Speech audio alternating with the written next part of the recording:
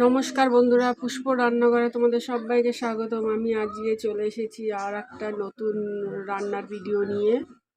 আমি কড়াতে তেল দিয়ে দিয়েছি, সর্ষের তেল দিয়েছি। আমি আজকে রান্না করব ইলিশ মাছের মাথা লেজা দিয়ে কচুর গাঠি তরকারি। তেল আমার গরম হয়ে গেছে, এখন আমি মাছটা ভেজে নেব।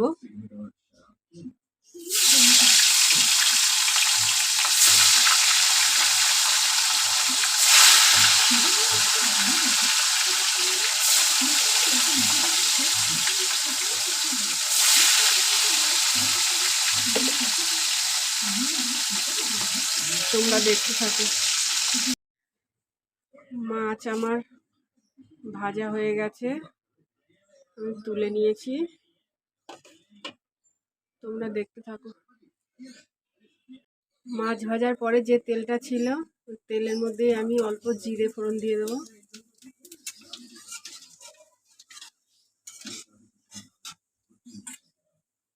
কেটে রেখেছিলাম কচুর গাঠি আর আলু দিয়ে দেবো। আমি ভালো করে ভেজে দেবো।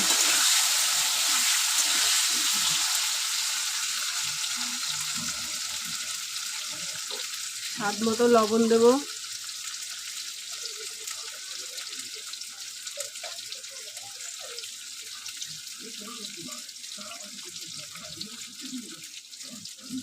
হলুদ গুঁড়ো দেবো 1.5 চামচ।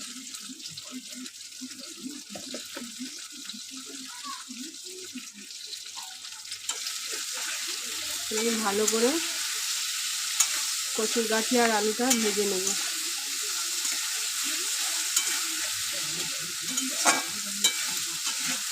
ইলিশ মাছ দিয়ে কচুর গাঠির মাথা লেজা দিয়ে ভালোই লাগে খেতে। তোমরা চাইলে এইভাবে একদিন করে খেয়ে দেখবে।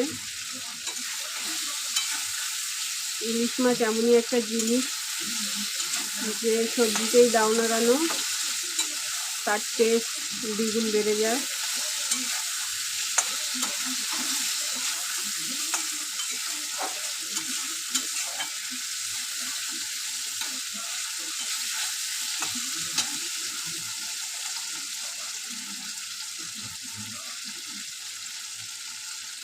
এবার আমি জল দিয়ে দেবো পরিমাণ মতো।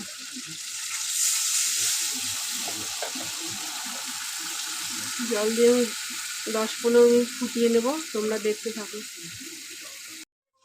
তরকারি আমার ফুটে গেছে, এখন আমি ভেজে রাখা মাছটা দিয়ে দেবো। মাছ আর মাথাটা, মানে লেজা আর মাথা।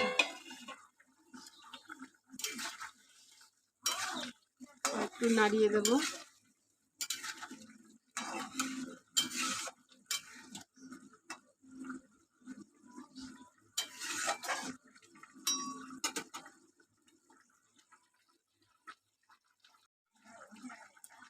আমার কচুর গাঠির তরকারি হয়ে এসছে,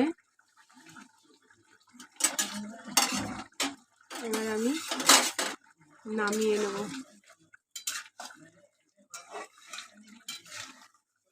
তোমাদের যদি ভালো লাগে তাহলে তোমরা এইভাবে করে খেয়ে দেখবা, দারুণ লাগে। কচুর গাঠি দিয়ে ইলিশ মাছ। আর যদি ভালো লেগে থাকে তাহলে লাইক করো, কমেন্ট করো, শেয়ার করো, সাবস্ক্রাইব করো। দেখো আমি নামিয়ে নিচ্ছি।